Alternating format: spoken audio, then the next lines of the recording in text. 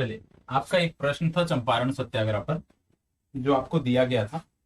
प्रश्न में बोला जा रहा है, चंपारण सत्याग्रह स्वाधीनता संघर्ष का एक निर्णायक मोड़ था, स्पष्ट कीजिए। चंपारण सत्याग्रह स्वाधीनता संघर्ष का एक निर्णायक मोड़ था। सबसे पहले आपको क्या करना होता है, कोई भी जब आपको प्रश्न दिखता है, आपका काम होता है कम से कम 2 बार इसको पढ़ना है। ठीक है, 2 बार पढ़ना है पहला काम। तो सबसे पहले हम पढ़ लेते हैं। चंपारण सत्याग्रह स्वाधीनता संघर्ष का निर्णायक मोड़ था। बात क्या हो रही है? चंपारण सत्याग्रह। तो 2 बार जब आप पढ़ लेते हो, उसके बाद दूसरा कार्य क्या होता है कि कीवर्ड जो आपके होते हैं उनको अंडरलाइन करना होता है। ठीक है, अंडरलाइन। इसमें यदि हम कीवर्ड की बात करें तो पहला कीवर्ड है चंपारण सत्याग्रह, दूसरा कीवर्ड क्या है? स्वाधीनता संघर्ष का निर्णायक मोड़। तो यहाँ पे जो 2 ही कीवर्ड आपको देखने को मिल रहे हैं, स्वाधीनता संघर्ष का निर्णायक मोड़ और चंपारण सत्याग्रह, इसी पर आधारित आपको अपना उत्तर लिखना है। अब यहाँ पे सबसे पहले क्या बात करोगे आप? सबसे पहले आपको लिखना क्या होता है? सबसे पहले आप चंपारण सत्याग्रह पूछा गया है, तो चंपारण सत्याग्रह को आप डिटेल से बताओगे कि भैया इसकी पृष्ठभूमि कहाँ से तैयार हुई। सत्याग्रह, इस चंपारण सत्याग्रह की पृष्ठभूमि कहाँ से तैयार हुई, क्यों यह आंदोलन हुआ, उसके बारे में आप बताओगे। ठीक है, बेसिक जानकारी थोड़ा सा आप बता दोगे, संक्षिप्त परिचय। इसके बाद फिर आप क्या बताओगे इसमें? फिर आप बताओगे नील की जो खेती करने वाले किसान थे, क्योंकि ये नील की खेती से संबंधित है, तो इन किसानों की जो दुर्दशा थी उसके बारे में आप जिक्र करोगे। नील की खेती से संबंधित जो किसान थे उनकी दुर्दशा पर आप प्रकाश डालोगे कि किस प्रकार से 3/20 भाग पर उनको खेती करनी होती थी। प्रति एकड़ यदि हम बात करें 6.50 रुपया मिलता था, और बाद में आपको देखने को मिलता है कि क्योंकि जो रुपया इनको मिलता था ना ही वो इनकी मजदूरी के बराबर होता था जितनी ये इसमें मेहनत करते थे, और ना ही जो नील की फसल थी वो मृदा के लिए उपयुक्त होती थी, मृदा के लिए बेहतर होती थी। ठीक है, इसके बाद आप फिर बताओगे कि जो किसान इससे हटना चाहते थे, जो किसान इससे हटना चाहते थे, जब वो हटते थे तो किस प्रकार से उस पे विभिन्न करों का बोझ डाल दिया जाता था, उसके बारे में भी आप बताओगे। तो नील की खेती करने वाले किसानों के बारे में आपने बता दिया, और इसी में आपने जिक्र कर दिया 3 कठिया पद्धति के बारे में। ठीक है, 3 कठिया पद्धति के बारे में आपने यहीं पे जिक्र कर दिया। इसके बाद आगे क्या लिखोगे इसमें? आगे आपको क्या बताना है कि किस प्रकार से यह स्वाधीनता संघर्ष का निर्णायक मोड़ था। अब आप यह साबित तभी कर पाओगे जब आप लखनऊ अधिवेशन से गांधी जी को लेकर चंपारण आ जाओगे। मतलब 1916 के लखनऊ अधिवेशन से वर्ष 1917 में प्रवेश करोगे, अप्रैल माह में प्रवेश करोगे, जब गांधी जी का आगमन चंपारण होता है। तो गांधी जी का अब यहाँ पे आगमन बताना है। मतलब अब गांधी जी जब आए तो बहुत सारी चुनौती हुई। लगभग 2900 गांवों का इन्होंने भ्रमण किया, 2 माह तक लगातार यहाँ पे रहे।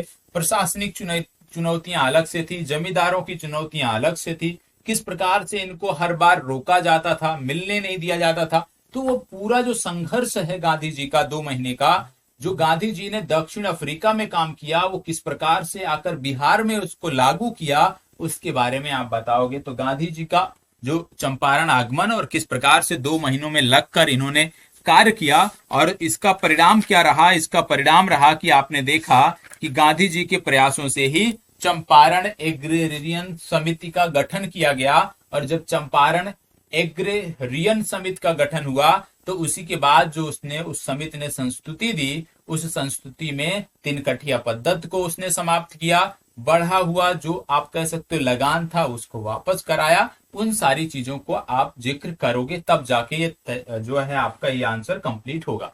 अब इसके बाद जो चंपारण आपने बता दिया, आपने एग्रेरियन समिति के बारे में बता दिया कि वो महात्मा गांधी के आंदोलन के परिणाम स्वरूप ही वह चीजें हुई। ठीक है, और फिर आप इसको जोड़ सकते हो कि इसका प्रभाव क्या पड़ा, इसका क्या प्रभाव पड़ा आगे के जो आंदोलन थे, किस प्रकार से इसने लोगों को एकता के सूत्र में पिरोया। क्योंकि पहले आंदोलन होता था तो कोई एक वर्ग विशेष जुड़ा होता था, लेकिन चंपारण के बाद से क्या हुआ कि समाज का हर वर्ग जागरूक हुआ, और इस प्रकार के जो भी आंदोलन हुए उसमें समाज के हर वर्ग ने अपनी सहभागिता निभाई। तो कहीं ना कहीं ये जो किसान आंदोलन था चंपारण का, इसने राष्ट्रीय परिदृश्य में राष्ट्रीय आंदोलन के जब आप बात करते हो तो उसमें एक महत्वपूर्ण भूमिका निभाई। उसमें बूस्टर का इसने काम किया, सभी को एकता के सूत्र में पिरोया, गांधी जी की स्वीकार्यता को बढ़ाया और गांधी जी की नेतृत्व क्षमता का जब परिचय चंपारण में हो गया तो उसके बाद से लोग गांधी जी पर जो विश्वास था गांधी जी पर लोगों का वो बढ़ा और फिर गांधी जी के नेतृत्व में किस प्रकार से आगे की वर्षों में जो है विभिन्न आंदोलन देखने को मिलते हैं। चंपारण में यह भी हुआ कि बहुत सारे स्थानीय नेता थे, जैसे राजेंद्र प्रसाद, ठीक है, राजकुमार शुक्ल का नाम आता है, ठीक है, फिर ब्रज किशोर प्रसाद का नाम आता है, ऐसे बहुत सारे, जेबी कृपलानी का नाम आता है, बहुत सारे ऐसे पुरोधा मिले गांधी जी को, बहुत सारे ऐसे सहयोगी मिले इस आंदोलन से गांधी जी को, जिन्होंने राष्ट्रीय आंदोलन में अपनी महती भूमिका निभाई और उसको सफलता के अंजाम तक पहुंचाया। तो कई सारे संदर्भों में आपको इसको लेकर चलना है, कंप्लीट करना है। तो आइए एक बार इसकी पूरी डिटेल जानकारी ले लेते हैं कि कैसे इसमें लिखना है, उसको समझ लीजिए। और पूरा फैक्ट मैं आपको यहाँ पे बताने वाला हूं, पूरा नोट भी कराऊंगा आपको, तो आपको नोट भी कर लेना है यदि आपको आवश्यकता लगे, और फिर उस आधार पे अपना उत्तर आपको लिखना है। ठीक है, चलिए शुरुआत करते हैं। किसान आंदोलनों के बारे में और बिहार के विशेष संबंध में किसान आंदोलनों की व्याख्या यहाँ पर आपको देखने को मिलेगी। ये पूरा का पूरा जो सेशन है आज का, ये बिहार से जुड़े हुए किसान आंदोलनों पर आधारित है। बिहार के किसान आंदोलनों की जब हम बात करते हैं तो आपको बता दें ये टॉपिक प्रारंभिक परीक्षा और मुख्य परीक्षा दोनों के संदर्भ में महत्वपूर्ण होता है।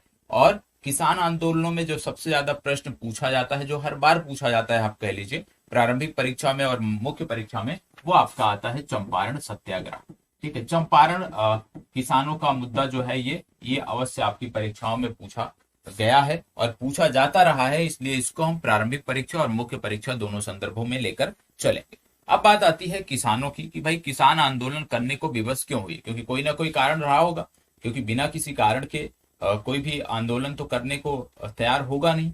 तो जब बात आती है किसान आंदोलनों की, तो सबसे पहले हमें समझने की जरूरत है, पूरे भारत के परिदृश्य में, राष्ट्रीय परिदृश्य में समझने की जरूरत है कि औपनिवेशिक शासन काल में जब हमने देखा तो देश के अधिकांश जो राज्य थे, देश की अधिकांश जो जनसंख्या थी, वो कृषि पर ही आश्रित थी। कहीं ना कहीं उनकी आजीविका का जो प्रमुख साधन था वो कृषि ही था। ये हमने देखा है, हमने पढ़ा है इसके बारे में। इसके बाद देखने को मिलता है कि जैसे जैसे भारत में औपनिवेशिक शासन बढ़ा, जिस तरह से लगातार जो है अंग्रेजों ने अपनी पकड़ भारत पर मजबूत की, उसके बाद से बहुत सारे बदलाव देखने को मिलते हैं। शोषण के तरीके में नए नए शोषण के तरीके इजाद किए जाते हैं और उस आधार पर भारतीय जनता का शोषण किया जाता है। आपको बता दें कि जो भारत के लोग थे वो उस समय किस प्रकार से कृषि करते थे, तो आप जानते हैं ज्यादातर प्रारंभ में यदि हम बात करें, जिस समय की हम बात कर रहे हैं, उस समय भारत के ज्यादातर किसान, आप कह सकते हैं अधिकांश किसान जो है वो परंपरागत तरीके से ही कृषि कर रहे थे। और परंपरागत तरीके से कृषि करने के कारण जो फसल का उत्पादन होता था वो बहुत ही कम होता था। ठीक है, और बाद में जब औपनिवेशिक काल में विभिन्न नियम बनाए गए, ठीक है, विभिन्न नियमों के तहत जब आपने देखा कि भू राजस्व की नई प्रणालियों को विकसित किया गया, तो भू राजस्व की जब नई प्रणालियां विकसित की गई तो वहीं से शोषणकारी चरित्र आपको देखने को मिलता है। क्योंकि अनाज उत्पादन जो है वो सीमित था, क्योंकि हम परंपरागत तरीके से कृषि कर रहे थे। जनसंख्या भी लगातार बढ़ रही थी, तो जनसंख्या का बोझ भी लगातार बढ़ रहा था। फसल उत्पादन सीमित था, कृषि भूमि सीमित थी, लेकिन जनसंख्या का बोझ लगातार बढ़ रहा था। नई नीतियों के कारण, नई कृषि नीतियों के कारण जो है एक तरह से आप कह सकते हो किसान पर अतिरिक्त दबाव पड़ रहा था। ठीक है, तो आपको देखने को मिलता है कि जहां एक तरफ जनसंख्या का दबाव, जो बागान मालिक हैं उनका शोषण, ठीक है, अवैध तरीके से लगान वसूला जाना, ये सारे बहुत तरीके के आप कह सकते हो कि कारण आपको देखने को मिलते हैं, जिसके कारण से जो आम किसान था, जो परंपरागत तरीके से कृषि करता आ रहा था, वह क्या है कि कर्ज के बोझ के तले दबता चला गया, कर्ज के आप कह सकते हो ऋण जाल में फंसता चला गया। जब लगातार नई नीति के अंतर्गत शोषण बढ़ने लगा, भू राजस्व बढ़ने लगा, तो किसानों ने क्या किया कि अपनी जीविका को बचाने के लिए उन्होंने महाजनों से, साहूकारों से, ठीक है, जमींदारों से ऋण लेना प्रारंभ कर दिया। और जब एक बार ये ऋण जाल में फंस गए तो इस ऋण जाल से निकलना इनका बहुत ही मुश्किल हो गया, क्योंकि इनका जो ऋण आप कह सकते हो ऋण मूल ऋण जो इनका हुआ करता था वो 50% से 500% तक हुआ करता था। मतलब कोई भी किसान जब एक बार इस चक्र में फंस जाता था तो उसका निकलना मुश्किल हो जाता था। और इस तरह से क्या होता गया, इस प्रकार से जब उनका शोषण होता गया तो कभी कई बार ऐसा भी देखने को मिलता था कि जो महाजन होते थे, जो सूदखोर होते थे, जब ये ऋण नहीं चुका पाते थे, ऋण की अदायगी नहीं कर पाते थे, तो इनके जो पशु होते थे, जो इनके जानवर होते थे, उनको भी वो खोलकर ले जाया करते थे, खोल ले जाते थे। तो इससे क्या हुआ कि किसान क्या होने लगा, जो समृद्ध हमारा किसान था वो धीरे धीरे निर्धन होने लगा, वो हमारा किसान बटाईदार होने लगा। तो आप कह सकते हो कि उसके पास जो है वो जोतों की संख्या जो है वो सीमित रह गई, और देखा गया कि अधिकांश जो किसान थे वो अब भूमिहीन हो गए, भूमिहीन किसान हो गए। तो कहीं ना कहीं जो शोषणकारी चरित्र था उसी के प्रतिक्रिया स्वरूप जो है किसानों ने मिलकर विरोध किया, और वही औपनिवेशिक शासन के समय में आपको देखने को मिलता है। यदि आपसे पूछ लिया जाए कि औपनिवेशिक शासन के दौरान भारतीय किसानों की निर्धनता के प्रमुख कारण कौन थे, या भारतीय कृषि की निर्धनता के प्रमुख कारण कौन थे, तो सबसे पहले आप उसमें जिक्र करोगे ब्रिटिश आर्थिक नीतियों के बारे में आप बताओगे। ब्रिटिश आर्थिक नीतियों के बाद दूसरा जो इसमें आप जिसका जिक्र करोगे वो है ब्रिटिश भू राजस्व नीति। तीसरा जो आप जिक्र करोगे वो है ब्रिटिश द्वारा जो है वो भारतीय कृषि का वाणिज्यीकरण। ठीक है, तो इस प्रकार से कुछ बिंदु हैं, जैसे हस्तशिल्प का विनाश हो गया। इन बिंदुओं पर आप अपनी चर्चा को लिखिए। लेकिन यहाँ पे हम बात क्या कर रहे हैं, बिहार के विशेष संदर्भ में किसान आंदोलनों की बात कर रहे हैं, क्योंकि बिहार भी आप जानते हो कि औपनिवेशिक शासन के दौरान औपनिवेशिक शासन का ही हिस्सा रहा है बिहार भी। तो निश्चित रूप से जो बिहार के किसान थे वह भी कहीं ना कहीं इसी प्रकार के शोषण से, जो आप कह सकते हो, निकल कर आए थे, इसी प्रकार के शोषण में अपनी आजीविका को चला रहे थे। ठीक है, तो ये जो राष्ट्रीय परिदृश्य में आपने देखा कि किस प्रकार से जो किसान थे, जब नई भू राजस्व नीति लागू की गई, इन पर थोपी गई, उसके बाद से लगातार ये ऋण चुकाने के लिए, जो आप कह सकते हो कि लगान का बोझ कम करने के लिए, उसको चुकाने के लिए जो है भू राजस्व जो होता था उसको चुकाने के लिए, जब ये साहूकारों का, सूदखोरों का, महाजनों का चक्कर लगाने लगे, उनके ऋण जाल में फंसते चले गए। वही समस्या बिहार के संदर्भ में भी आपको देखने को मिलती है। तो बिहार का जो संदर्भ है वो कुछ अलग नहीं है, सेम चीजें आपको वहां पे देखने को मिलती है। आप जानते हो कि बिहार एक कृषि प्रधान राज्य है, आज भी है, पहले भी था। और बिहार क्योंकि मृदा जो है यहाँ की काफी उर्वर है, तो आगे भी ये कृषि प्रधान ही, अभी कम से कम एक दशक तक तो कृषि प्रधान ही रहने की बात इसकी की जाती है। अभी जो बजट आएगा उसमें भी आप देखोगे कि किस तरह से कृषि को लेकर नई नई योजनाएं, किस तरह से इस क्षेत्र को लेकर नए नए आप कह सकते हो जो फंड दिए जा रहे हैं, नई नई योजनाएं जो निकाली जा रही हैं। चाहे वो राष्ट्रीय संदर्भ में यदि हम देखें, जो हमारा राष्ट्रीय बजट आया है उसमें भी बिहार को जो आवंटन हुआ है उसमें भी यदि आप देखेंगे तो इसकी प्रधानता आपको देखने को मिलती है। यहाँ पे यदि हम बात करें तो बिहार भी एक कृषि प्रधान राज्य है। किसान आंदोलनों की यदि हम बात करें तो बिहार में किसान आंदोलनों की एक सशक्त परंपरा रही है जो आपको देखने को मिलती है। सबसे पहले किसान आंदोलनों की यदि हम बात करें तो जब आप देखते हो तो बिहार से संदर्भ में सबसे पहले आपको देखने को मिलता है चंपारण। लेकिन ऐसा नहीं है कि चंपारण में ही सबसे पहले विरोध किया गया। चंपारण से पहले भी, चंपारण जो आंदोलन था किसानों का, उससे पहले भी बिहार में किसान आंदोलन हो चुके थे। लेकिन क्योंकि उनका स्वरूप उतना बड़ा नहीं था, इसीलिए हम जब पढ़ते हैं पुस्तकों में भी तो उनकी चर्चा सीमित देखने को मिलती है और उन पर ज्यादा जोर नहीं दिया जाता है। यहाँ पे यदि हम बात करें तो आपको देखने को मिलता है कि जिस प्रकार से शोषणकारी व्यवस्था थी, शोषणकारी व्यवस्था से जो किसान थे वो किस प्रकार से सीमांत किसान की श्रेणी में आ गए, किस प्रकार से बटाईदार की भूमिका में आ गए, और किस प्रकार से लास्ट में आपने देखने को पाया, आपने देखा कि वो बस कृषक मजदूर बनकर रह गए। तो ये सारी चीजें आपने देखा, और परिणाम किसका था, कृषि के वाणिज्यीकरण का परिणाम था, नई भू राजस्व नीति का परिणाम था। तो किन कारणों के कारण यह हुआ उसके बारे में आपने समझा है। अब हम समझते हैं कि किसान आंदोलनों की पृष्ठभूमि बिहार के संदर्भ में क्या रही है।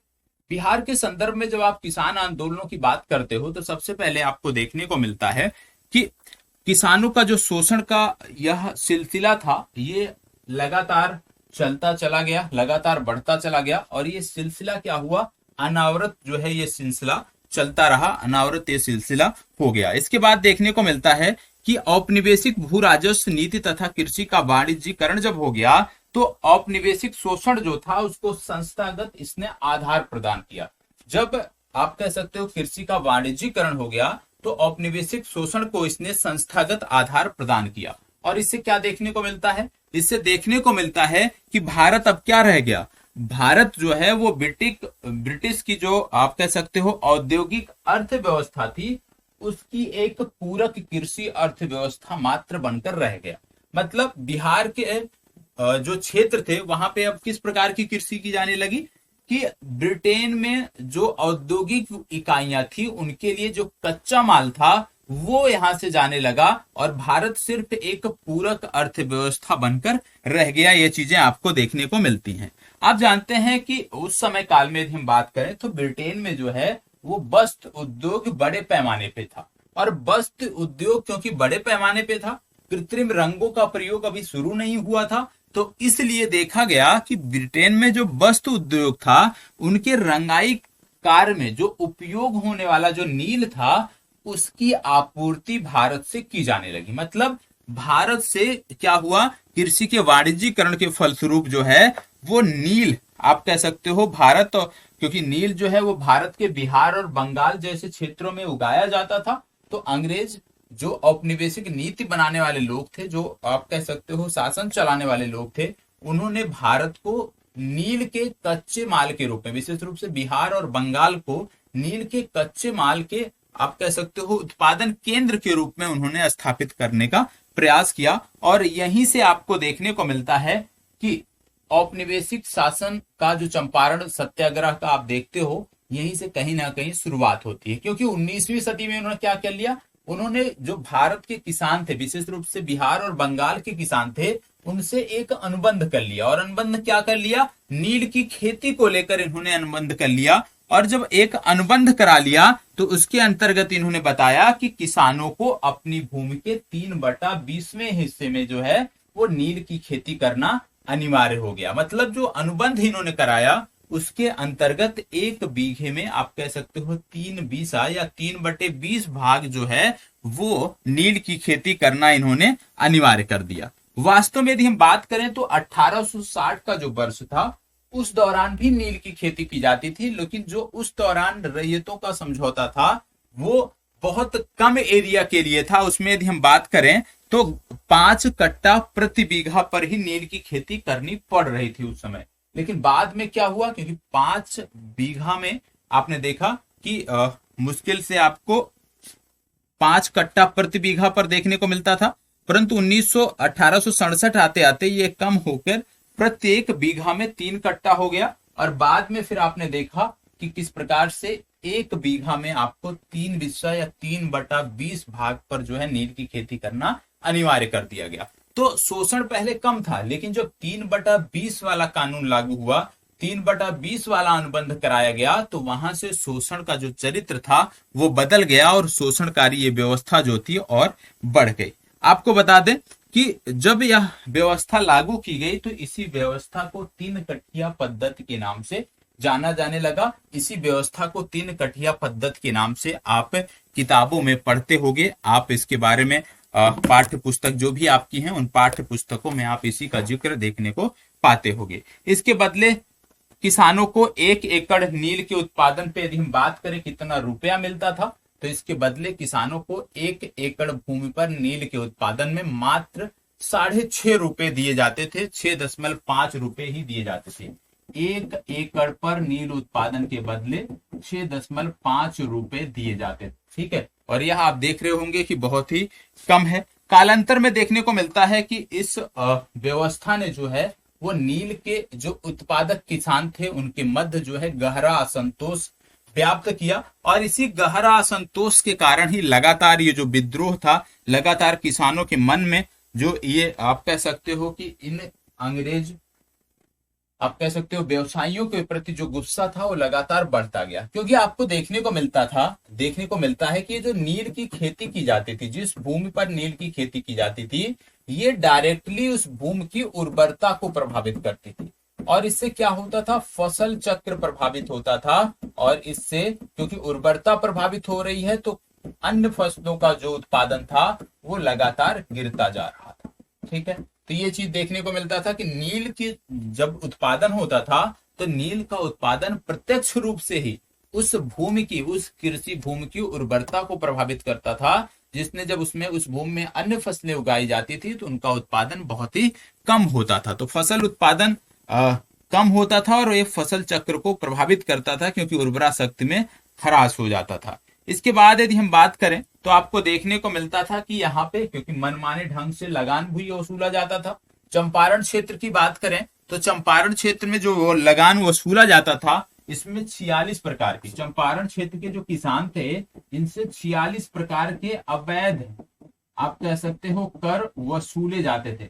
और ये जो 46 प्रकार के अवैध कर वसूले जाते थे, इसको लेकर किसानों में बहुत ही असंतोष था, क्योंकि ये जो विधि थी ये बहुत ही अमानवीय विधि थी। इससे किसान लगातार और कमजोर प्रतिदिन होता जा रहा था।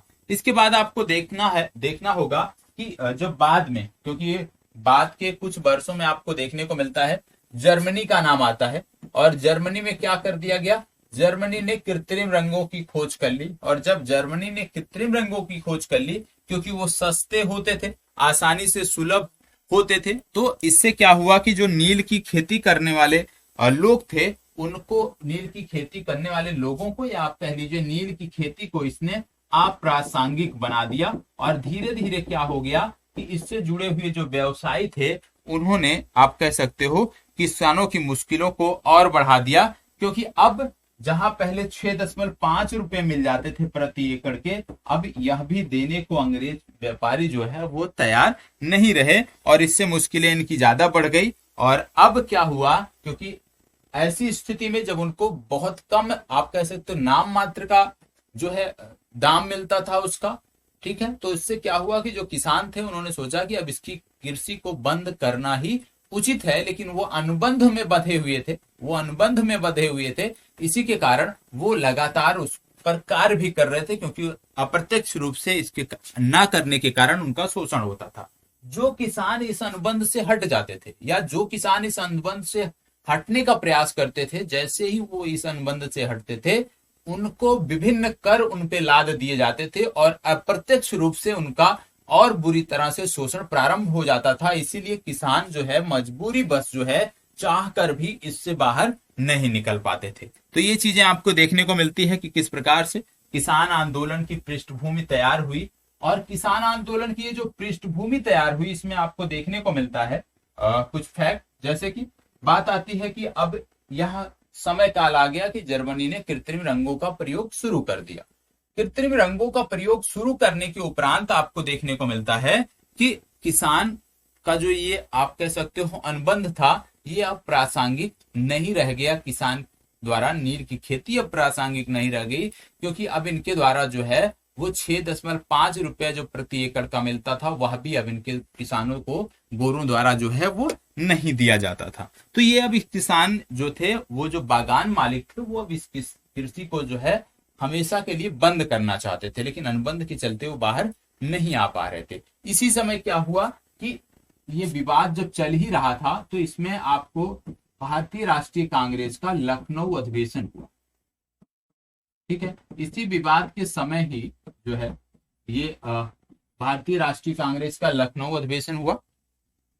और भारतीय राष्ट्रीय कांग्रेस का जो लखनऊ अधिवेशन हुआ, ये वर्ष 1916 में। तो वर्ष 1916 का ये जो लखनऊ अधिवेशन हुआ, इसमें बिहार की तरफ से कुछ प्रतिनिधियों ने भाग लिया। कुछ लोगों ने विशेष रूप से सिर्फ नील किसानों के मुद्दे को उठाने के लिए यहाँ पहुंचे, क्योंकि लखनऊ अधिवेशन में गांधी जी भी मौजूद थे।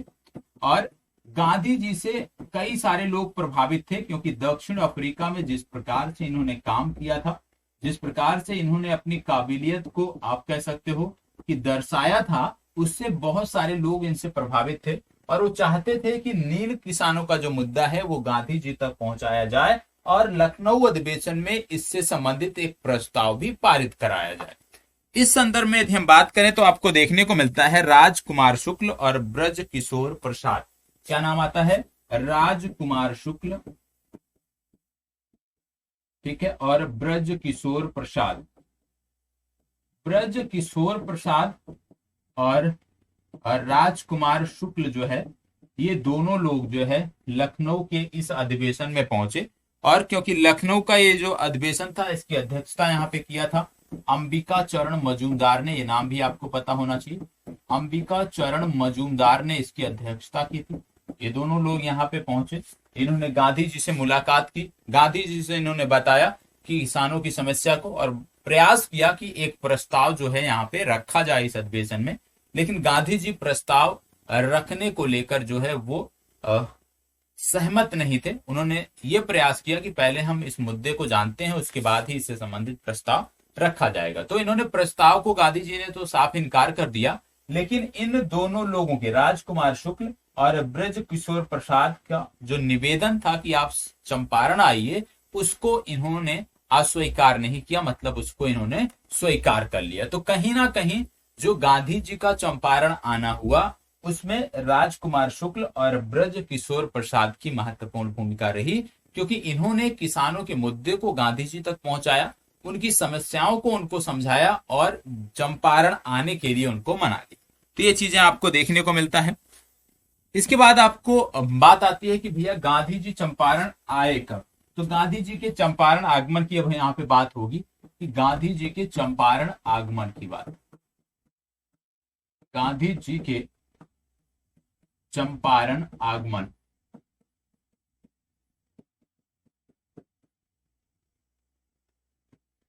आगमन की चर्चा, ठीक है, गांधी जी के चंपारण आगमन की बात होती है।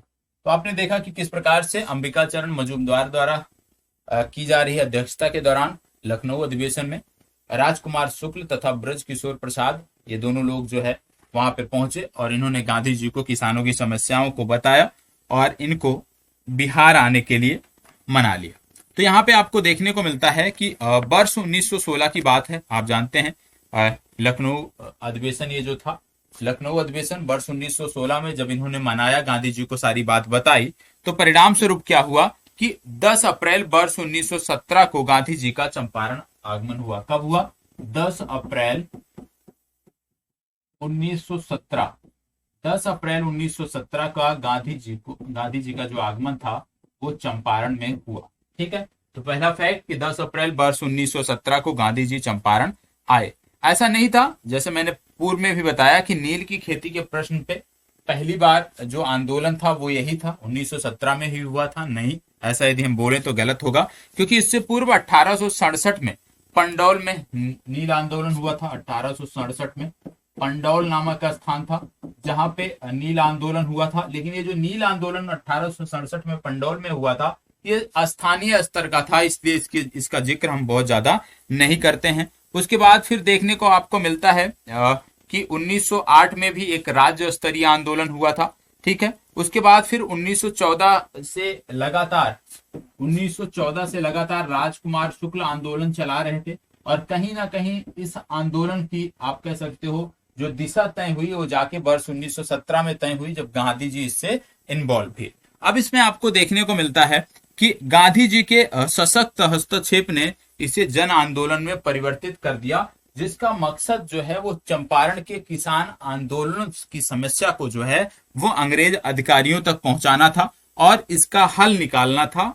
ठीक है, इसमें आपको देखने को मिलता है कि गांधी जी ने अगले ही दिन जो मुजफ्फरनगर के अधिकारी थे उनसे मिलने का प्रयास किया, उसके बाद जो कमिश्नर थे उनसे मिलने का प्रयास किया, लेकिन किसी भी स्तर पर कोई भी अधिकारी इनकी इस समस्या को सुनने को तैयार नहीं हुआ। इसके समस्या के निदान के लिए प्रयास करने के लिए भी कोई सहमत नहीं हुआ। ठीक है, गांधी जी ने प्रयास किया कि इसको लेकर एक कमेटी बनाई जाए, लेकिन वहां के कमिश्नर, तत्कालीन कमिश्नर ने उस कमेटी बनाए जाने की भी बात को जो है वो अस्वीकार कर दिया, बताया कि इसकी कोई आवश्यकता नहीं है। और इन सब के चलते गांधी जी के पास अब एक ही चीज बचा था जो उन्होंने दक्षिण अफ्रीका में प्रयोग किया था। तो अपनी तरफ से सारी चीजें उन्होंने कर लिया। हालांकि गांधी जी को रोकने का भी प्रयास किया गया कि वो चंपारण के किसानों से ना मिले, आसपास के क्षेत्रों में ना जाएं, इसको लेकर के धारा 144 भी लगाई गई। ठीक है, लेकिन गांधी जी कहाँ मानने वाले थे? उन्होंने तो प्रतिज्ञा कर रखी थी कि किसान की जो समस्या है उसको समझेंगे और उसका निदान कराएंगे। इसके बाद आपको देखने को मिलता है 15 अप्रैल वर्ष 1917। 15 अप्रैल वर्ष 1917 को महात्मा गांधी जो है ये मोतिहारी पहुंचे।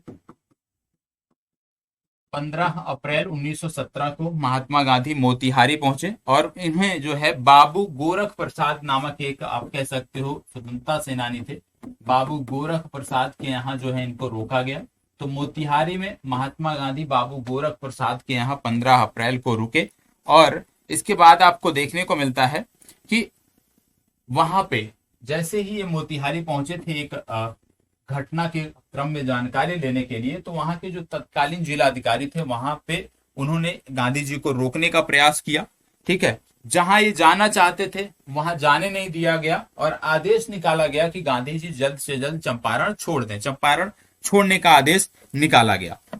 इसके बाद क्या देखने को मिलता था? क्योंकि आप जानते हैं गांधी जी दक्षिण अफ्रीका में वही प्रयोग करके लौटे थे। दक्षिण अफ्रीका में उन्होंने वहां के जो शासन सत्ता थी उसकी नींव हिला दी थी, तो वही प्रयोग करने को अब गांधी जी यहाँ पे विवश हो गए। इसके बाद आपको देखने को मिलता है कि गांधी जी ने जो कलेक्ट्रेट का वहां पे आदेश था कि चंपारण छोड़ दिया जाए, उसको छोड़ने से साफ मना कर दिया और अपनी गिरफ्तारी, यदि उनकी गिरफ्तारी होती है तो उसके लिए भी वो तैयार थे और उन्होंने वहां पे अनशन करने की बात की कि यदि इस तरह का आदेश निकाला जाता है, उनको जाने से रोका जाता है, तो यहाँ पे क्या होगा? यहाँ पे वो धरने पर बैठेंगे, यहाँ पे वो आदेश मानने का इनकार कर देंगे। और इस संबंध में यदि हम देखें तो आगे की कार्रवाई के लिए जो है वो विवश होंगे।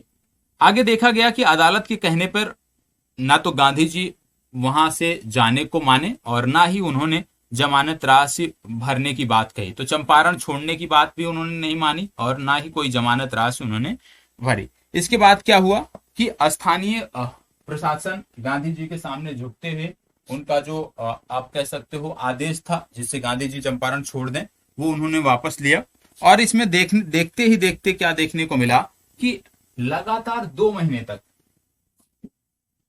चंपारण आने के लगातार 2 महीने तक गांधी जी चंपारण के विभिन्न क्षेत्रों का दौरा करते हुए वहां के किसानों की समस्याओं को भली बात उन्होंने समझा। लगभग 2 महीने का उन्होंने समय दिया और 2 महीने के इस समय के दौरान उन्होंने लगभग 2000 से 3000, ऐसा बोला जाता है, लगभग 2900 गांवों का भ्रमण किया और 2900 गांव के लोगों की समस्याओं को सुना और उनको संबोधित भी किया। क्योंकि बड़े स्तर पर अब ये समस्या, आप कह सकते हो, गांधी जी के आने से ये समस्या बड़ी हो चुकी थी। तो इसके बाद क्या देखने को मिला कि कई बार ये प्रयास किया गया कि गांधी जी को वापस भेजा जाए।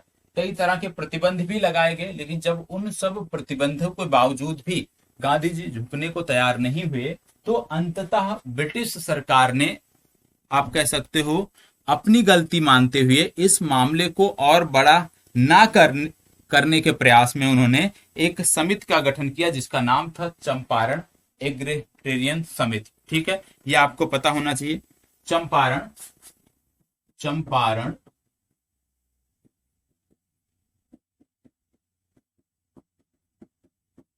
ठीक है, इस समिति के गठन करने की बात की गई, चंपारण एग्रेरियन समिति। तो चंपारण एग्रेरियन समिति के गठन करने की बात की गई और जो चंपारण एग्रेरियन समिति का जब गठन किया गया, तो जब इसने अपनी रिपोर्ट सौंपी, तो वो जो रिपोर्ट थी वो कहीं ना कहीं चौंकाने वाली थी अंग्रेजों को। क्योंकि इस रिपोर्ट में क्या चीजें मेंशन की गई थी? इस रिपोर्ट में उन्हीं बातों को, आप कह सकते हो, सत्य साबित किया गया जो आरोपों के साथ गांधी जी चंपारण पहुंचे थे।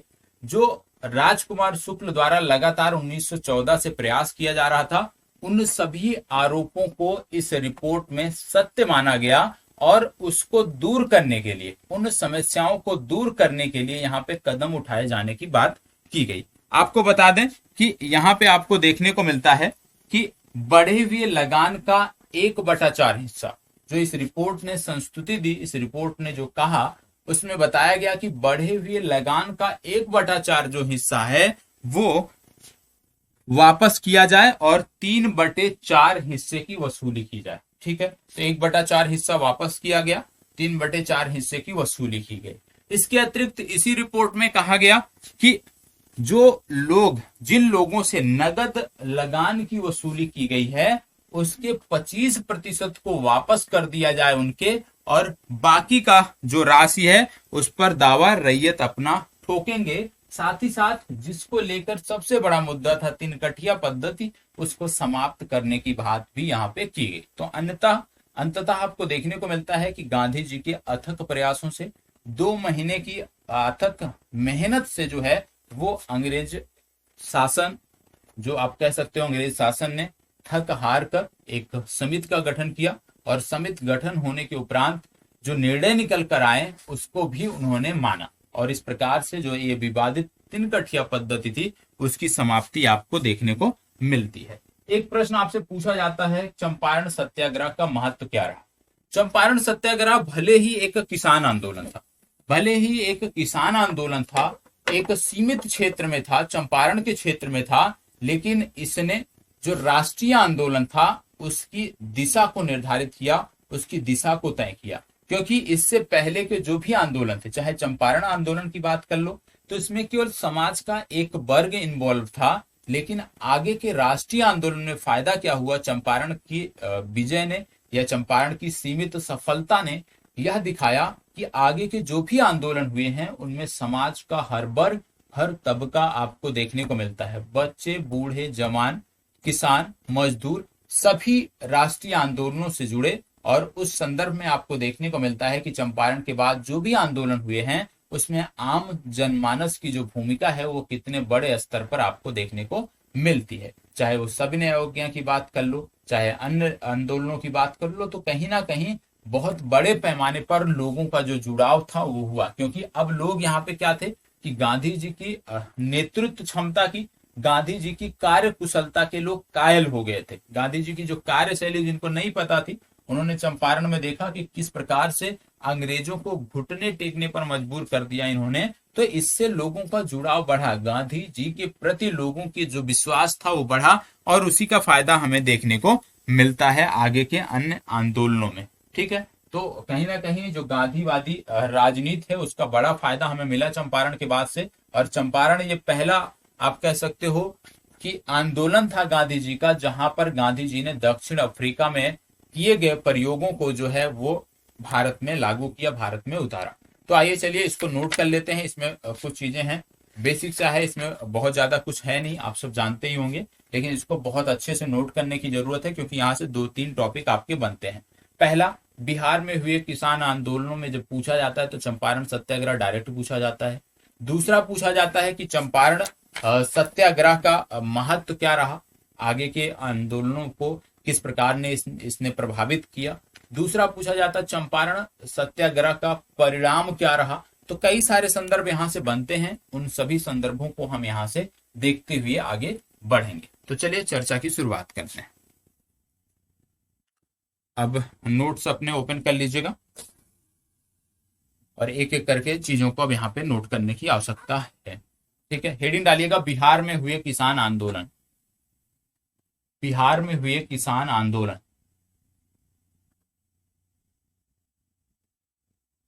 बिहार में हुए किसान आंदोलन, इसमें नोट करिएगा।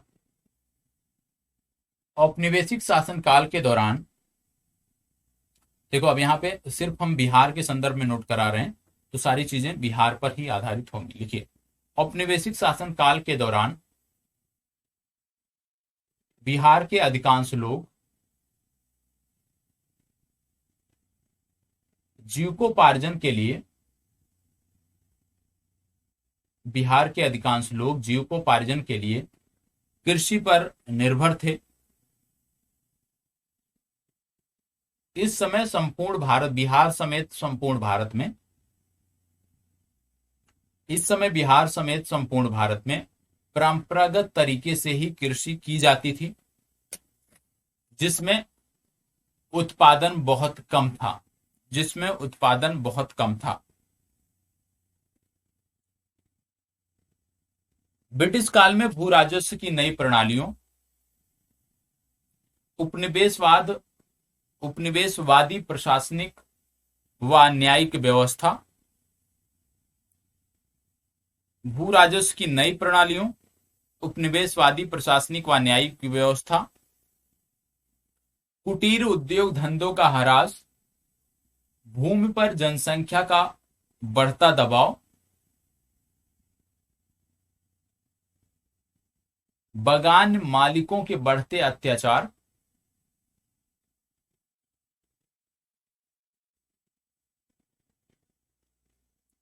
एवं किसानों से अवैध लगान वसूली इत्यादि के फलस्वरूप एवं किसानों से अवैध लगान वसूली इत्यादि के फलस्वरूप यहां की कृषि व्यवस्था ठप हो गई थी। अधिकांश किसान अपने जमीन से अलग होने पर बटाईदार और भूमिहीन मजदूर बनकर रह गए थे। अतः किसानों द्वारा औपनिवेशिक शासन जमींदारों, बागान मालिकों एवं अन्य बिचौलियों का विरोध किया जाने लगा।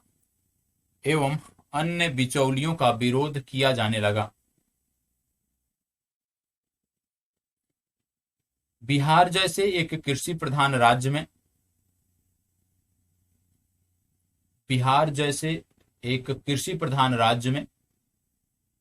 किसान आंदोलनों की सशक्त परंपरा रही है।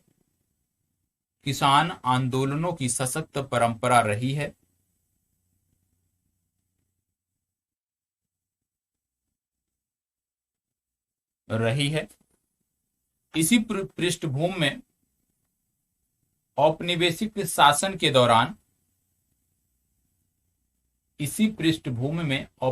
शासन के दौरान अस्थाई बंदोबस्त की व्यवस्था में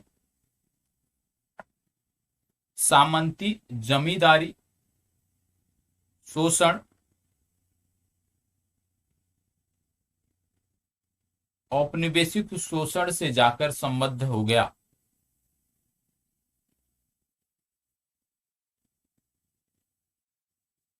इस दोहरे शोषण ने किसानों की स्थिति को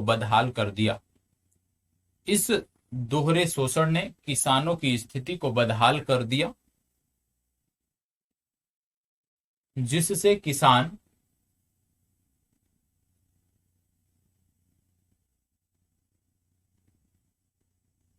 आंदोलन को विवश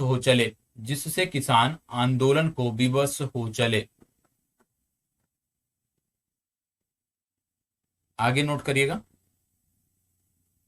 अगली हेडिंग डालिएगा, बिहार में किसान आंदोलन की पृष्ठभूमि। बिहार के किसान आंदोलन की पृष्ठभूमि।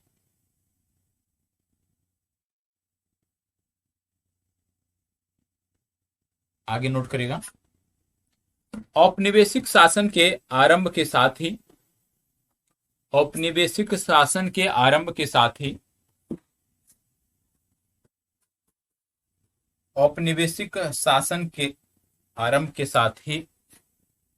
भारतीय किसानों के शोषण का अनवरत सिलसिला प्रारंभ हो गया।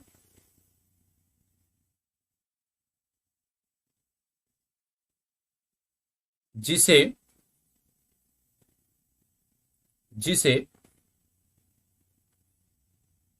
नई भू राजस्व नीति और कृषि के वाणिज्यीकरण ने संस्थागत आधार प्रदान किया। इसने ही भारतीय अर्थव्यवस्था को इसने ही भारतीय अर्थव्यवस्था को ब्रिटिश औद्योगिक अर्थव्यवस्था की पूरक कृषि अर्थव्यवस्था में रूपांतरित कर दिया।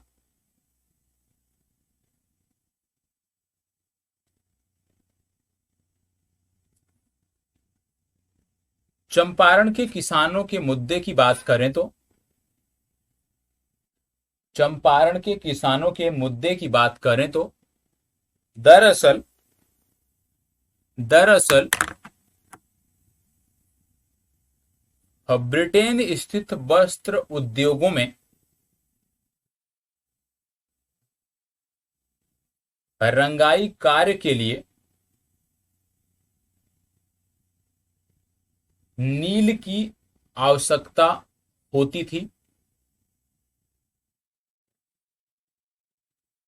क्योंकि नील का उत्पादन उस समय में भारत के बंगाल एवं बिहार जैसे क्षेत्रों में किया जाता था। इसी को ध्यान में रखते हुए गोरे बागान मालिकों ने चंपारण के किसानों से एक अनुबंध कर लिया, जिसके अंतर्गत किसानों को अपनी भूमि के 3/20वें भाग पर नील की खेती करना अनिवार्य हो चला था।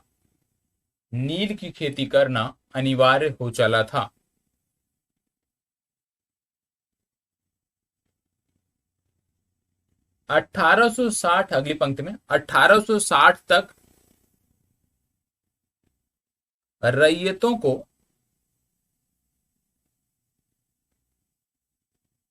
गोरे बागान मालिकों द्वारा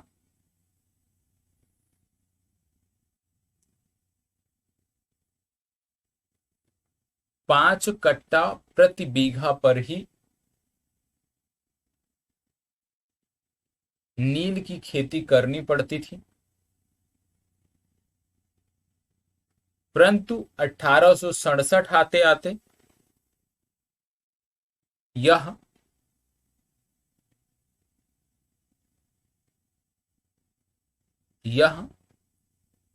प्रति बीघे में 3 कट्टा हो गया।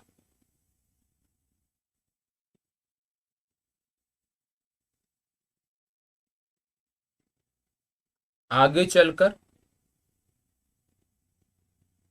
यही व्यवस्था 3 कटिया पद्धति के नाम से प्रसिद्ध हुई।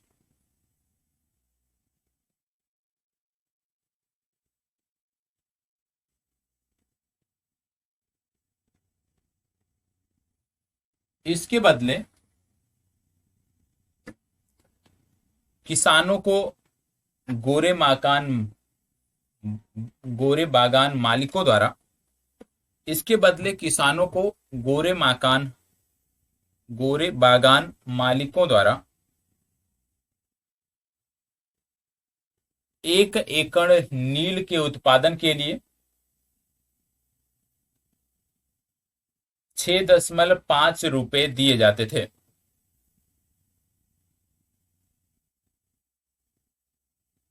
कालांतर में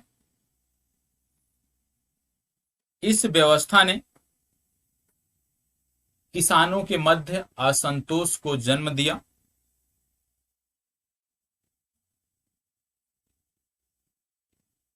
क्योंकि नील की खेती के बदले में ना ही किसानों को उचित मजदूरी मिल पा रही थी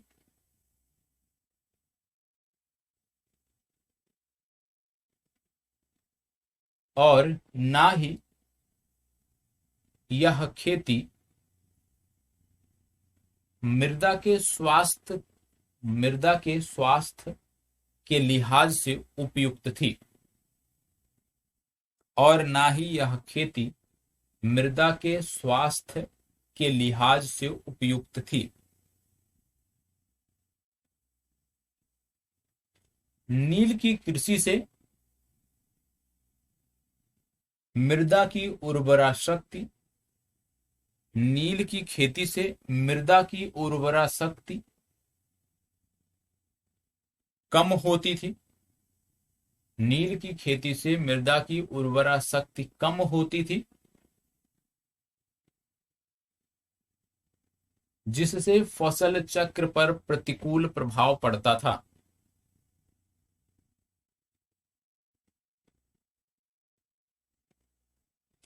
जो किसान, अगली लाइन में, जो किसान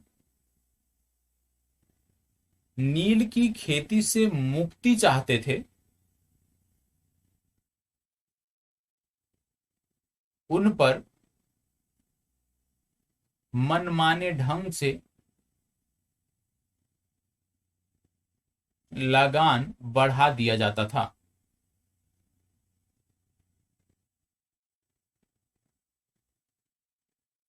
लगान बढ़ा दिया जाता था तथा एक बड़ी राशि तवान,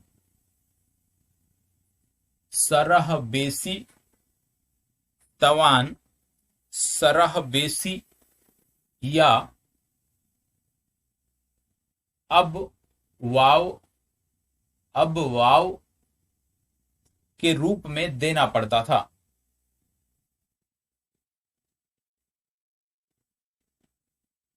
वर्ष 1916 की बात करें तो लगभग 21,900 एकड़ भूमि पर आसामीवार, जिरात, तिनकठिया आदि प्रथा प्रचलित थी।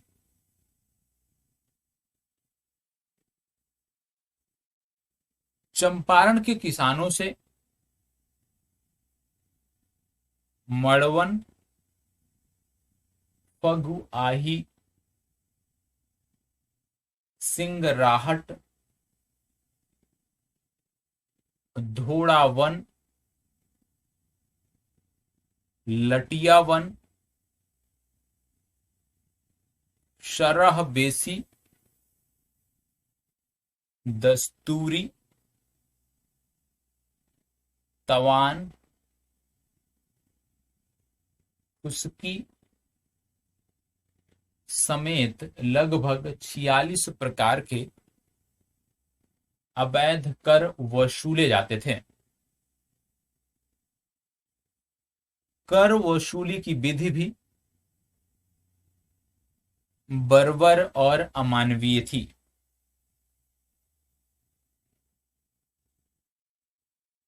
ठीक है, अगला नोट करिएगा, अगली हेडिंग नोट करिएगा, अमानवीय थी। इसमें एक चीज और नोट कर लो, दो पंक्ति इसमें नोट करिए अगली नई लाइन से। 19वीं सदी के अंत में जर्मनी में कृत्रिम रासायनिक रंगों की खोज हो गई थी।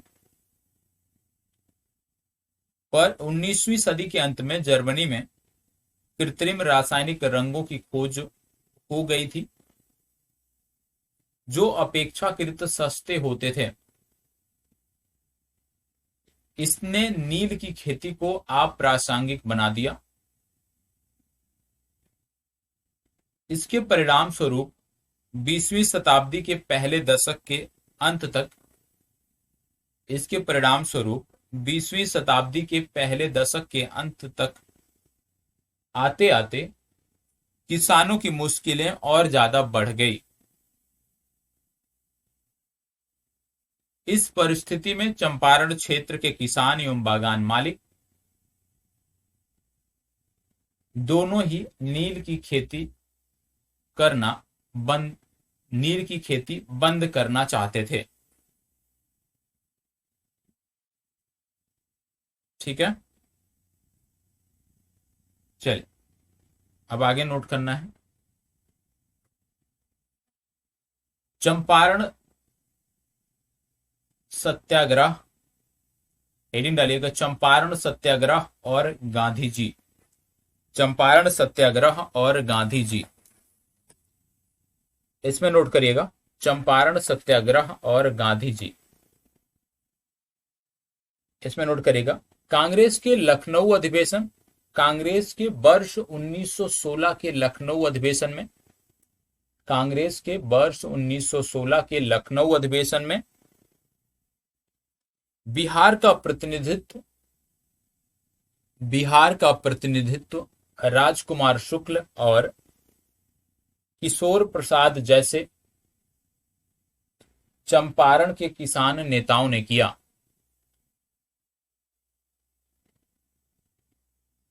राजकुमार शुक्ल और ब्रज किशोर प्रसाद जैसे चंपारण के किसान नेताओं ने किया।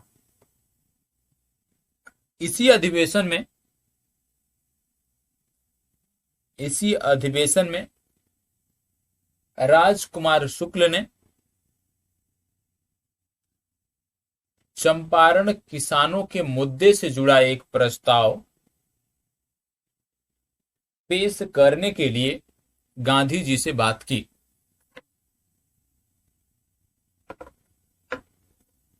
लेकिन गांधी जी बिना वस्तु स्थिति से, गांधी जी बिना वस्तु स्थिति से पूरी तरह अवगत हुए बिना, बिना वस्तु स्थिति से पूरी तरह अवगत हुए बिना कांग्रेस अधिवेशन में कोई भी प्रस्ताव पेश करना नहीं चाहते थे।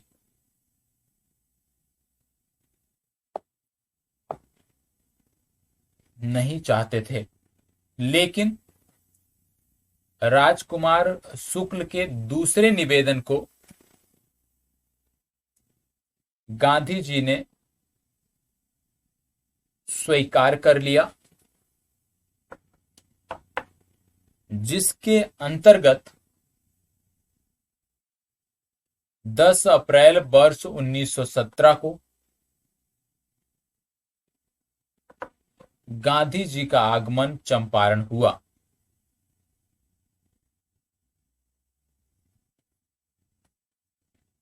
चंपारण हुआ। नील आंदोलन की बात करें तो वर्ष 1867 में पंडौल नामक स्थान पर भी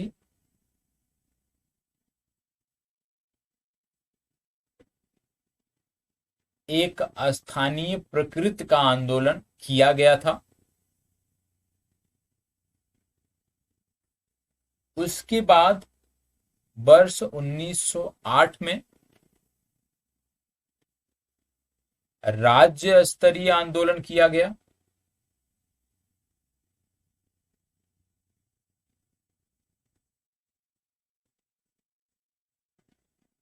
राज्य स्तरीय आंदोलन किया गया। लेकिन वर्ष 1917 में गांधी जी के इस आंदोलन से जुड़ने के बाद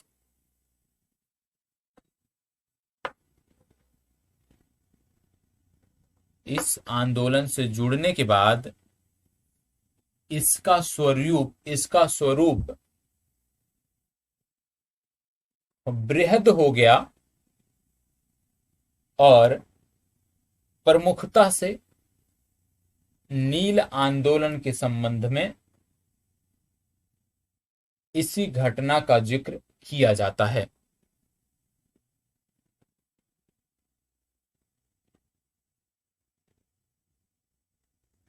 गांधी जी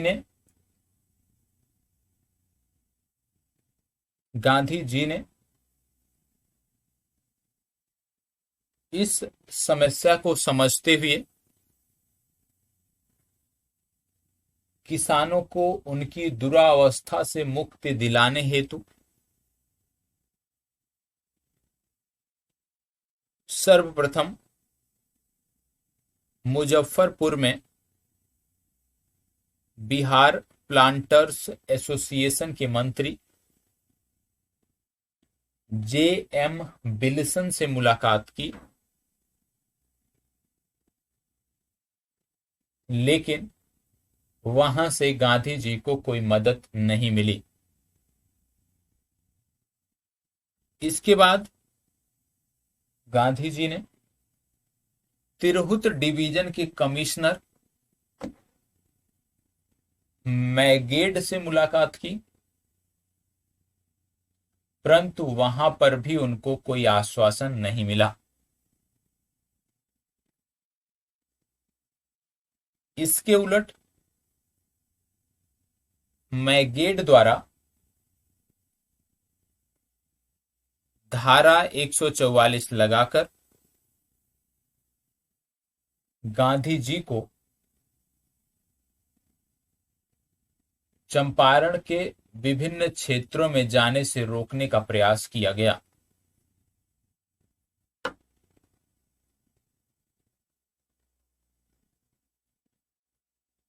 अगली पंक्ति में लिखिएगा, 15 अप्रैल वर्ष 1917 को गांधी जी मोतिहारी पहुंचे।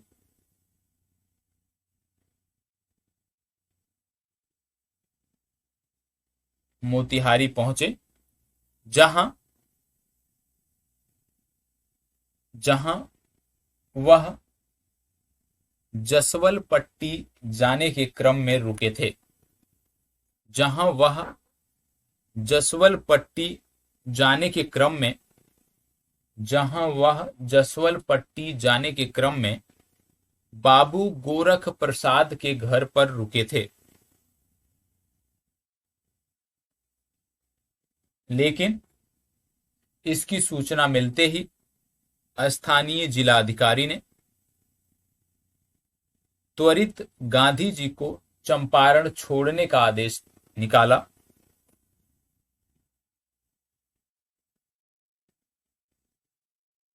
जिसका अंदेशा गांधी जी को पहले से था और उन्होंने इस आदेश को मानने से इनकार कर दिया।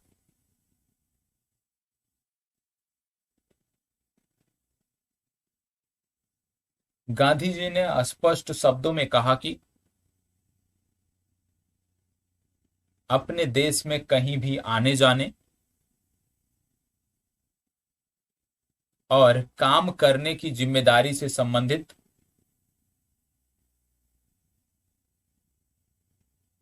किसी भी तरह की बंदिश को वो स्वीकार नहीं करेंगे।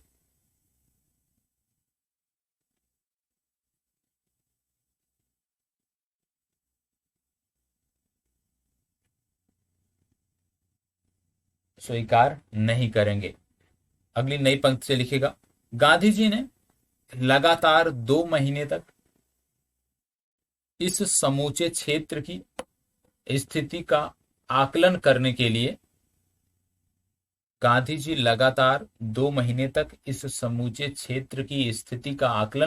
लिए भ्रमणशील रहे। इस दौरान उन्होंने लगभग 2900 गांवों के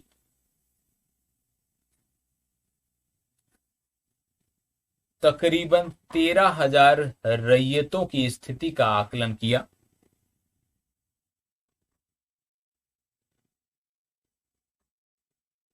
लेकिन चंपारण के किसानों से इस मुलाकात के क्रम में उन्हें लगातार औपनिवेशिक सत्ता के प्रतिरोध का सामना करना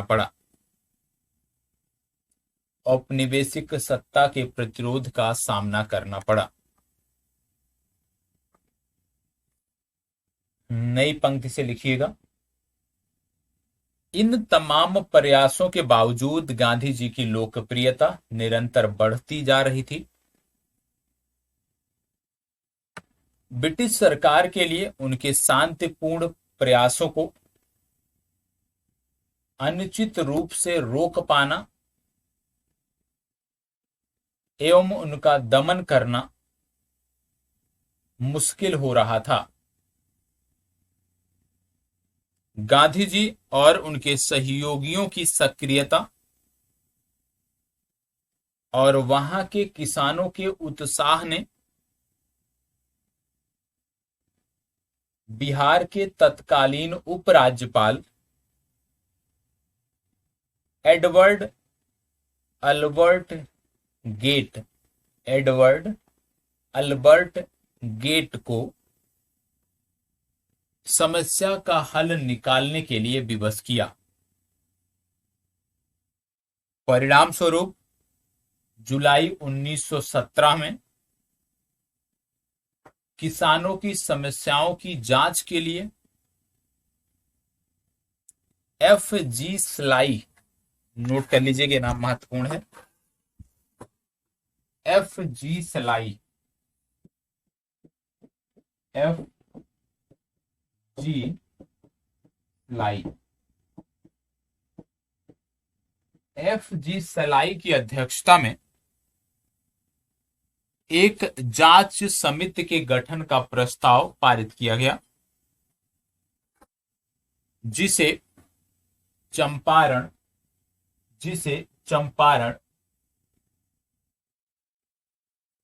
एग्रेरियन, यहां पे लिखा हुआ है एग्रेरियन समिति, जिसे चंपारण एग्रेरियन समिति, जिसे चंपारण एग्रेरियन, ये है एग्रेरियन समिति का नाम दिया गया, जिसे चंपारण एग्रेरियन समिति का नाम दिया गया। गांधी जी ने इस समिति की सदस्यता को सशर्त स्वीकार भी कर लिया। इस समिति ने अक्टूबर 1917 में एक रिपोर्ट प्रस्तुत की, जिसमें निम्नलिखित सिफारिशें की गई थी। पहला, बढ़ते हुए लगान का 1/4 हिस्सा वापस लिया जाए और बाकी 3/4 हिस्से की वसूली की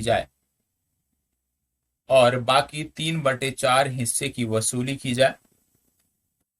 दूसरा, जिन लोगों से लगान की नगद वसूली की जा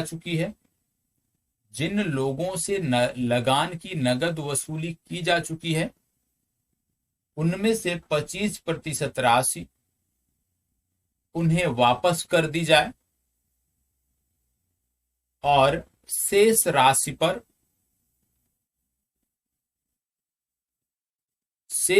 पर दावे को रैयत पर छोड़ दें।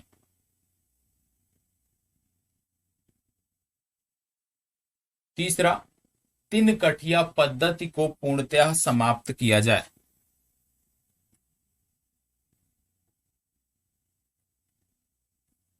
ठीक है, 3 कठिया पद्धति को समाप्त किया जाए। तो जो प्रयास था महात्मा गांधी का, उसके परिणाम स्वरूप ही ये हुआ, चंपारण एग्रेरियन समिति का गठन किया गया। और चंपारण एग्रेरियन समिति के गठन के उपरांत जो संस्तुति दी गई, उसको यहाँ पे इन्होंने स्वीकार किया। आगे इसी में लिखिएगा, मार्च 1918 तक चंपारण एग्रेरियन बिल पर गवर्नर जनरल के हस्ताक्षर के साथ 3 कटिया समेत कृषि संबंधी कई अन्य अवैध कानून को समाप्त कर दिया गया।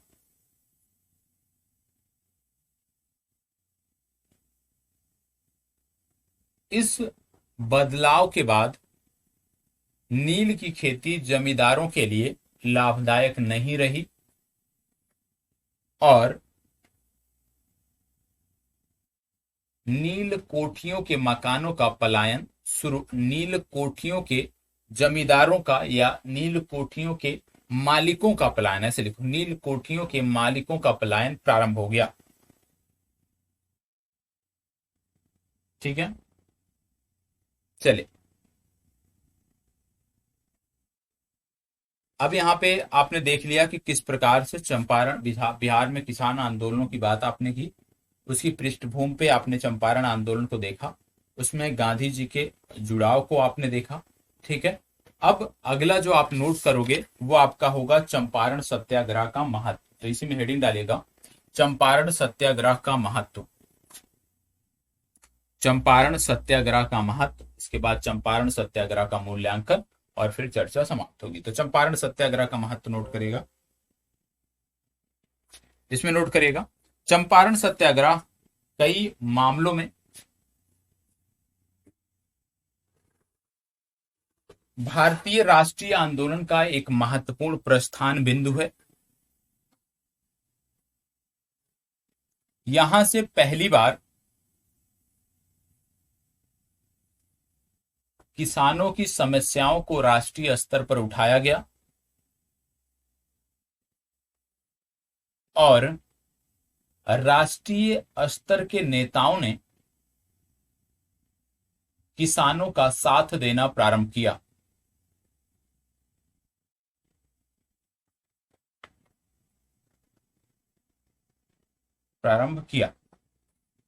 आगे लिखिएगा, गांधी जी ने दक्षिण अफ्रीका में अहिंसा और सत्याग्रह के जिस प्रयोग को अपनाया था उसका भारत में प्रथम प्रयोग चंपारण में किया गया। इसके जरिए गांधी जी ने न केवल अपनी दक्षिण अफ्रीकी विरासत को भारत में ठोस आधार प्रदान किया, बल्कि यहीं पर राष्ट्रीय राजनीति में अहिंसात्मक सत्याग्रह के नैतिक उपकरण के रूप में तब्दील करने की पृष्ठभूमि तैयार हुई।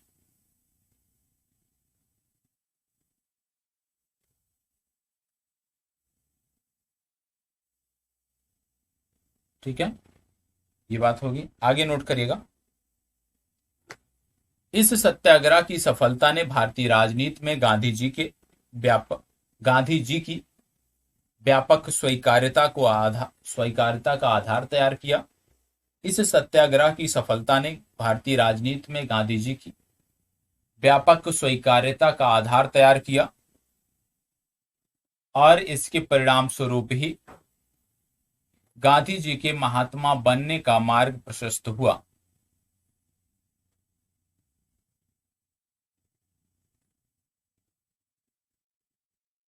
इसमें नोट करिएगा, इसके अतिरिक्त चंपारण सत्याग्रह ने ब्रज किशोर प्रसाद, अनुग्रह नारायण सिंह, राम नवमी प्रसाद, धरणीधर बाबू, राजेंद्र प्रसाद, महादेव देसाई, जेबी कृपलानी आदि मजबूत सहयोगियों की एक टोली गांधी जी को प्रदान की, जिन्होंने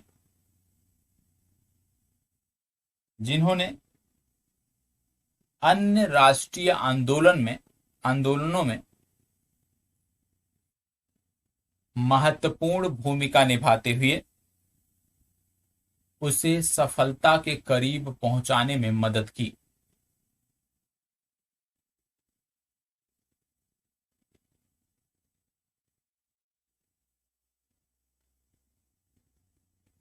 ठीक है, ये आपका हो गया। इसी में एक महत्वपूर्ण पंक्ति है, इसको नोट करिएगा। इस आंदोलन का महत्व इस बात में भी है कि पहली बार चंपारण में ही किसानों की स्थानीय समस्या राष्ट्रीय स्तर पर मुद्दे के रूप में उभर कर सामने आई। थोड़ा फास्ट नोट करिएगा। राष्ट्रीय स्तर के एक मुद्दे के रूप में उभर कर सामने आई और राष्ट्रीय स्तर के नेतृत्व ने ऐसे मसले पर हस्तक्षेप किया।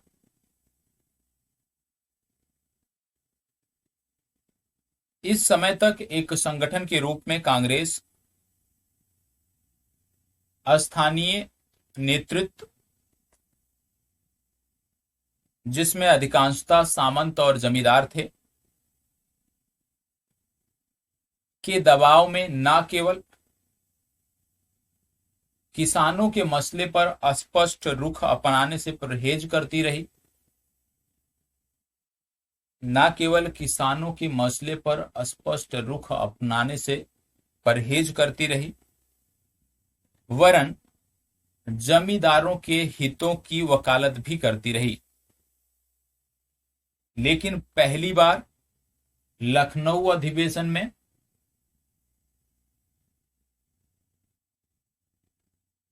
किसानों के मुद्दे पर स्पष्ट रुख अख्तियार करते हुए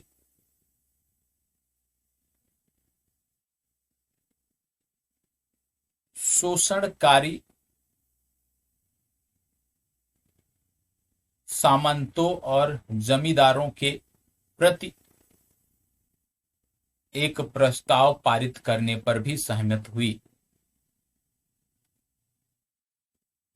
ठीक है, चलो आगे नोट करिएगा। चंपारण सत्याग्रह का मूल्यांकन, और इसी के साथ ये टॉपिक समाप्त हो। चंपारण सत्याग्रह का मूल्यांकन, पहला पॉइंट, यद्यपि यह सत्याग्रह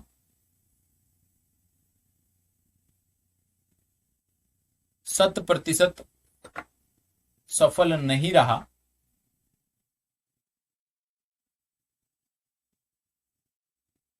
लेकिन तिनकठिया पद्धति को समाप्त करने में और किसानों से वसूली गई अवैध राशि किसानों को वापस दिलाने में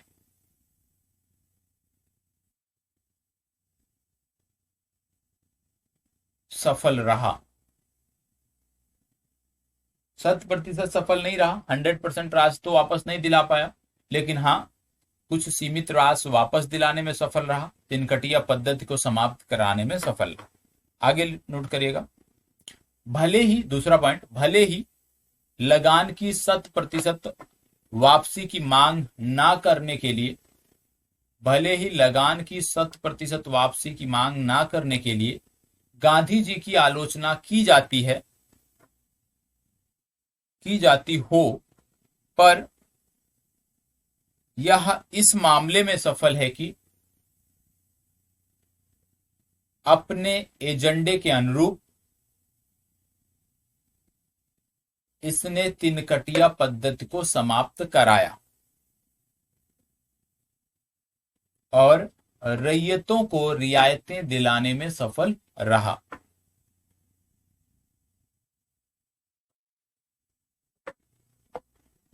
तीसरा पॉइंट, चंपारण सत्याग्रह में गांधी जी ने औपनिवेशिक सत्ता और निहले गोरों से कहीं अधिक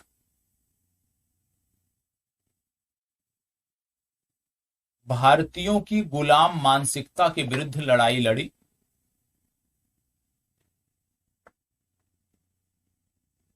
अपने चंपारण प्रवास के क्रम में गांधी जी ने स्वच्छता से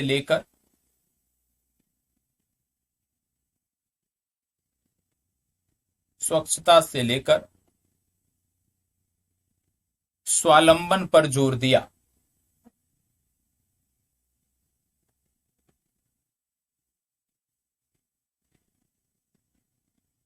इस प्रकार चंपारण सत्याग्रह के दौरान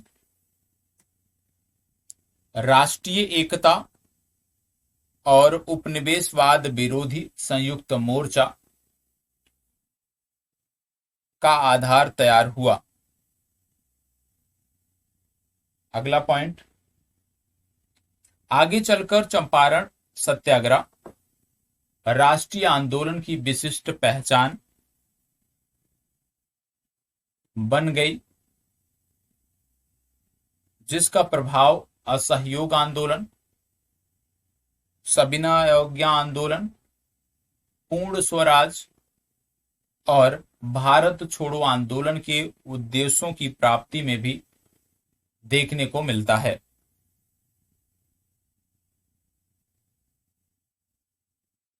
आगे के वर्षों में इसके दूरगामी प्रभाव भी देखने को मिले हैं। ठीक है, ये तो बात हो गई चंपारण सत्याग्रह की जो आपने देखा। ठीक है, यहां तक किसी को कोई डाउट नहीं होना चाहिए। अब बात आती है चंपारण सत्याग्रह को हम प्रीलिम्स के संदर्भ में कैसे देखें। ठीक है, तो उसकी जो चर्चा होगी वो आपको आगे देखने को मिलेगी, जहां पे हम प्रीलिम्स के संदर्भ में उसमें बात करेंगे। अब यहाँ पे यदि कोई उत्तर आपसे यहाँ पे लिखने को आ जाए, कोई प्रश्न यहाँ पे आपसे पूछा जाए इससे संदर्भित, तो आप इन्हीं तथ्यों को ध्यान में रखते हुए उस प्रश्न का आंसर आप लिखोगे। चंपारण सत्याग्रह को समग्रता से यहाँ पे नोट भी किया है आपने, समझा भी है। तो अब कोई भी उत्तर आपको आ जाता है लिखने को, A to Z कोई भी उत्तर आपको आ जाता है लिखने को, अब आप उसका बखूबी उत्तर लिख सकते हैं यदि आप इस डिस्कशन को सुने हैं, इस फैक्ट को आपने नोट किया है। ठीक है, तो आज का जो सेशन है वो यहीं पे समाप्त होता है। उत्तर लेखन आप लगातार करते रहें, उत्तर लेखन बहुत जरूरी है।